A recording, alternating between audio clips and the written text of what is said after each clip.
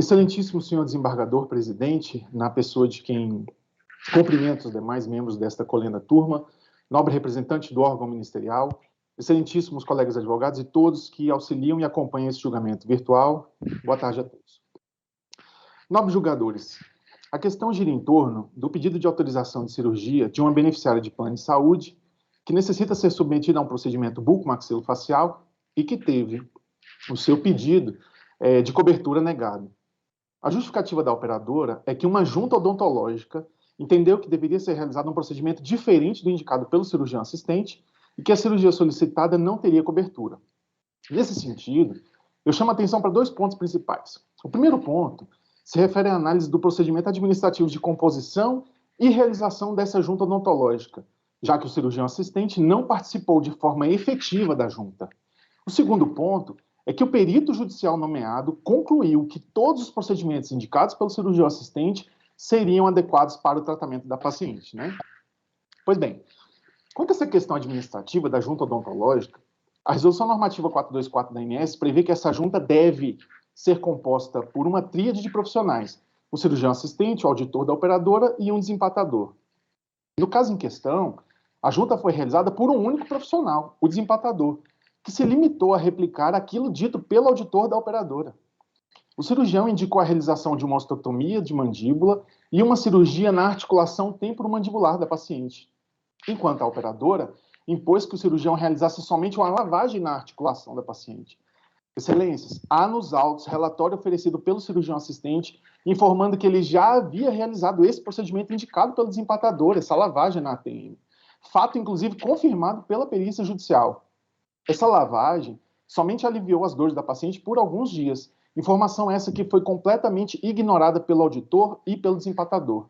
Diante disso, eu gostaria de propor uma reflexão. Que junta de profissionais é essa? Composta por somente um dentista nomeado pela operadora, que ignora por completo as informações oferecidas pelo cirurgião assistente. Quanto a esse tema, esta egrégia turma já decidiu, em julgado da relatoria do excelentíssimo desembargador, Dr. Arnoldo Camanho, que é garantida a definição do impasse através de uma junta constituída pelo profissional solicitante ou nomeado pelo consumidor, por médico da operadora e por um terceiro escolhido de comum acordo entre os dois profissionais. Naquele julgado, esta egrégia turma entendeu que deve ser considerada ilícita a negativa de autorização médico-odontológico caso a junta não cumpra os parâmetros legais. Julgado similar da relatoria do excelentíssimo desembargador Dr. Alfeu Machado da sexta turma, que eu cito nesta egrégia turma muito respeitosamente, diz que se a junta não constar a assinatura do médico assistente e nem do médico da operadora, mas apenas do médico que seria o desempatador, essa junta não merece acolhida. E foi exatamente o que aconteceu no caso concreto, excelências. O laudo da junta está assinado exclusivamente pelo profissional qualificado como desempatador. Na verdade, excelências, o que se observa é que esse instituto da junta médica e odontológica, que antigamente servia para os pacientes buscarem outras opiniões de outros profissionais, ele se tornou um ponto nebuloso das operadoras de plano de saúde, em que o profissional solicitante não consegue contra-argumentar qualquer divergência pontuada pelo auditor e pelo desempatador. E pior, o paciente nem sabe, ele nem entende o que está acontecendo, ele é hipossuficiente. Além disso, nos tempos atuais, não há justificativa para esse isolamento do profissional desempatador. A junta poderia ocorrer da mesma forma que estamos tratando aqui, virtualmente, com a participação dos três envolvidos e até mesmo com a própria paciente. Não foi o que ocorreu. A suposta junta foi concluída sem qualquer participação do cirurgião assistente, o que maculou um dos principais pilares desse instituto, que é a isonomia. Quanto ao mérito técnico da necessidade dos tratamentos indicados, há de se levar em consideração que o perito judicial nomeado confirmou a necessidade de todos os procedimentos indicados pelo cirurgião e as justificativas oferecidas pela suposta junta realizada não tinham fundamento técnico, fato esse reconhecido na sentença condenatória. É importante ainda esclarecer, excelências, que o auditor da operadora e desempatador não questionaram sobre o diagnóstico da doença na ATM. A doença existe. Eles somente indicaram outro tratamento, menos invasivo, mas que já havia sido realizado pelo cirurgião, o que torna em conteste a sua elegibilidade. Por fim, vale destacar que também é pacífico nesse egrégio tribunal que cabe ao cirurgião assistente determinar o tratamento a ser adotado no paciente sob seus cuidados. Portanto, seja pela junta odontológica realizada em desconformidade com o rito normativo estabelecido, seja pela constatação por parte do perito judicial, da correta indicação dos tratamentos, a apelada pede que a sentença que condenou a apelante a custear o tratamento pleiteado seja mantida. Quanto ao dano moral, é de se observar que a paciente sofre, nesse exato momento, com as dores causadas pela doença e pela falta do tratamento indicado. Excelências, o paciente não consegue comer direito, dormir, trabalhar, não consegue falar direito e ter uma vida cotidiana na normalidade, sendo que a conduta da operadora impediu que ela fosse tratada e já pudesse estar livre de tais dores e limitações. Por isso, a autora pede que a condenação ao custeio do tratamento seja mantida e que o recurso adesivo seja provido com a condenação da operadora ao pagamento da indenização por danos morais. É o que pede, excelências. Muito obrigado pela atenção. Eu cumprimento o eminente Dr. Marco Aurélio Martins Mota por sua sustentação oral e retorno a palavra ao eminente relator. Senhor presidente, essa é uma questão bastante recorrente e demanda maiores divagações a respeito. A questão aqui se trata de uma paciente com problema articular na mandíbula,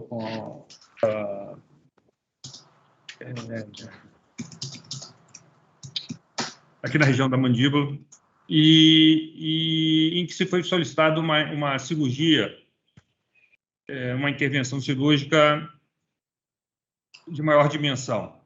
O plano entendeu que o quadro clínico não seria esse. As partes, então, optaram por adotar o sistema de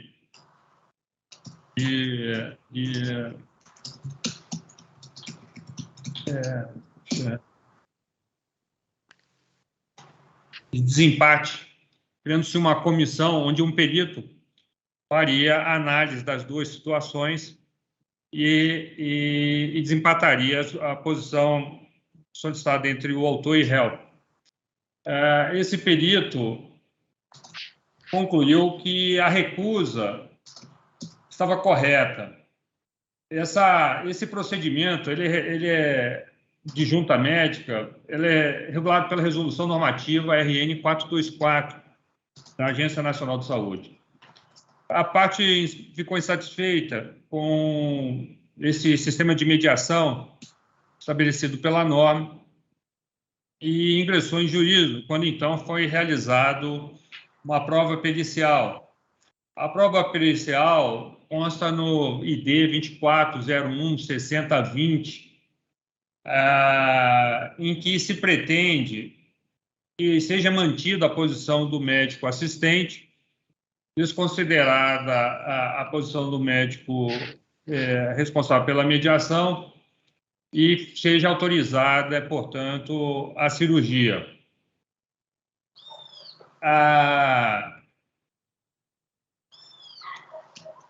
O exame, a perícia no resultado, é até interessante esse processo, porque essa cirurgia ela é irreversível. E eventuais consequências que daí possam advir são irreversíveis. Há duas manifestações médicas desfavoráveis à autora. Na perícia foi destacado o seguinte: ausência de patologias que justifiquem tal procedimento, considerando o teor do laudo de exame de imagem RN das ATMs, considerando que o exame de ressonância magnética encaminhado possibilita de forma segura realizar o perfeito diagnóstico das estruturas articulares envolvidas, ausência de patologias que necessitem de biópsia sinovial, exames encaminhados sem indicativo positivo de patologia, alteração que necessite de reconstrução maxilar com enxerto ósseo. A neoformação óssea ocorrerá perfeitamente a partir da estabilização dos coágulos sanguíneos no local pós-exodontia. Ou seja,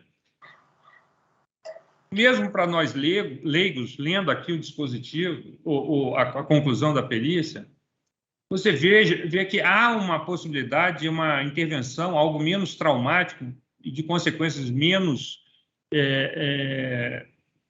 consolidadoras, no sentido de reversibilidade, caso aquela cirurgia não seja o recomendável e daí possa advir alguma sequela, alguma limitação. E se insiste agora judicialmente a realização dessa cirurgia, apesar da dor e tudo mais, sem se tentar algo menos invasivo algo menos perigoso, entre aspas, nesse perigoso, algo menos arriscado dentro do cunho até de que toda cirurgia traz um risco. Eu diria que é quase impensável tal propósito. Quando você dentro de um grupo médico, você já encontra uma divergência e um meio caminho, por que não se tentar esse meio caminho antes de se partir para aquilo que é mais radical e de consequências mais arriscadas? Eu entendi que, no meu ponto de vista, dentro dos elementos de convencimento que aqui tem, e dentro da opção das partes de adotar o sistema de mediação, inclusive, que teria para mim que, nesse ponto, já seria, sem que se demonstrasse alguma coisa um tanto quanto teratológico ou distoante, assim como ocorre na arbitragem, se fazer uma intervenção judicial sobre esse valor. Porque, na verdade, o que a instrução normativa ali estabelece é praticamente um sistema de arbitragem dentro de um sistema de saúde. E com laudos, com exames, laudos e pareceres, inclusive, que não são uma conclusão que não foi desconstituída pela prova pericial, muito pelo contrário. Eu entendo que a decisão aqui, nesse ponto, ela deve ser mantida. Eu estou conhecendo e dou provimento... na verdade, eu estou alterando aqui, eu estou conhecendo e dando provimento ao recurso da ré para reformar a sentença e julgar improcedente o pedido de condenação da nota de dano intermédio de saúde para custear esse procedimento cirúrgico diante desses elementos, em específico, toda essa prova técnica que foi produzida. E negando provimento ao recurso da autora aqui, nesse ponto, em que pretendia, inclusive, a condenação por dano moral. Mas como eu estou entendendo que não há ilicitude e pressuposto para a reparação do dano moral e material, eu estou negando provimento, senhor presidente. É como eu estou votando, então. Conhecendo e dando provimento ao recurso da ré e negando provimento ao recurso da autora. Uma questão de fato, se me permite. Doutor, se não for para contradizer a valoração probatória do relator... Estritamente questão de fato, excelência. Não, pode ser mesmo questão de fato. Aqui não pode se estabelecer um debate. Se for questão de fato, você tem a palavra. Estou dizendo que se for quando se contrapor a valoração probatória do relator, isso não é questão de fato, mas você tem a palavra. Pois bem, eu serei muito sucinto. O cirurgião, a prova nos autos de que ele já realizou o procedimento proposto, que é a lise e lavagem da ATM. Esse procedimento já é um procedimento minimamente invasivo e que não atendeu às necessidades da paciente. É unicamente, exclusivamente isso, excelência. Obrigado, doutor. Agradeço. Pela síntese. Desembargador Fernando Abib. Peço vista, presidente. Desembargador Arnoldo Camanho. Senhor presidente, então eu vou aguardar o pedido de vista do desembargador Fernando Abib. Perfeito. Taquigrafia, então, para anotar o resultado parcial do julgamento. Após o voto do relator, dando provimento à apelação do réu e negando provimento à apelação da autora, pediu vista para o primeiro vogal, desembargador Fernando Abib, o segundo vogal, desembargador Arnoldo Camanho, aguarda. Agradeço, boa tarde a todos. Nós que agradecemos, doutor. Boa tarde.